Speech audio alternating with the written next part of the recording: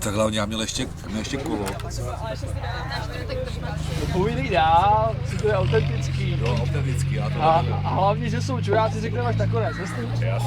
Jeď. Zraz tady řeknu hodně, mě těch čuráků Slyšíte to, jo? Ne, rozručil. Tam bylo dobrý to, že já jsem měl kolo, že naši kupovali Kiu, tenkrát auto, a dostali k tomu kolo, favorita. A bylo to prostě... Vy si užíváte ten třídní sraz, co? No právě, to bude virtuální třídní Neserte se nám do třídního srazu. To je na Facebooku, jo?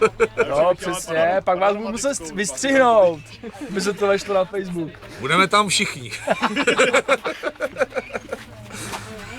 Asi nějak stárnem, člověče, vymíráme. Jo, ale to jde nějak brzo, teda. Čučej, Aleš od nás práce, to má asi 70 a měl tam asi 3 lidi.